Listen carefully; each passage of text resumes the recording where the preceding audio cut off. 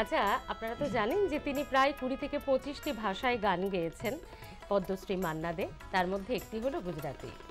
তিনি কোন ধরনের মানুষ ছিলেন, কোন ধরনের গায়ক ছিলেন তা তো গোটা বিশ্ব জানে। তবে হৈমন্তী শুক্লা হৈমন্তী একটা ছোট্ট গল্প শেয়ার করছেন।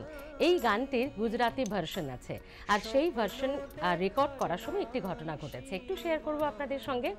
হৈমন্তীদি অনেকক্ষণ ধরে দূরে দাঁড়িয়ে দেখছেন। মান্না দে সুরকারের কাছ থেকে বারবার সেই গানটা শোনার চেষ্টা করছেন। একবার, দুবার, ৫বার, ৭বার শুনেছেন, তারপর রেকর্ডিং করেছেন। গুজরাটি ভার্সনটা বলছি।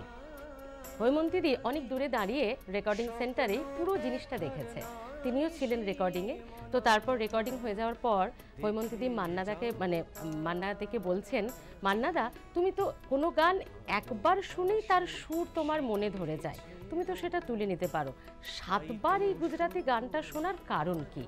তখন মান্না দে হৈমন্তীদিকে বলেছিলেন, আমি সুরটা শুনছিলাম না, সুর তো আমার একবারই হয়ে গেছে, আমি শুনছিলাম ভাষাটা, শুনছিলাম উচ্চারণ। কারণ আমার তো গুজরাটি মাতৃভাষা নয়। হ্যাঁ, আমি গানটা গাইতে পারি ঠিকই গুজরাটিতে, কিন্তু সুরকার হচ্ছেন গুজরাটি।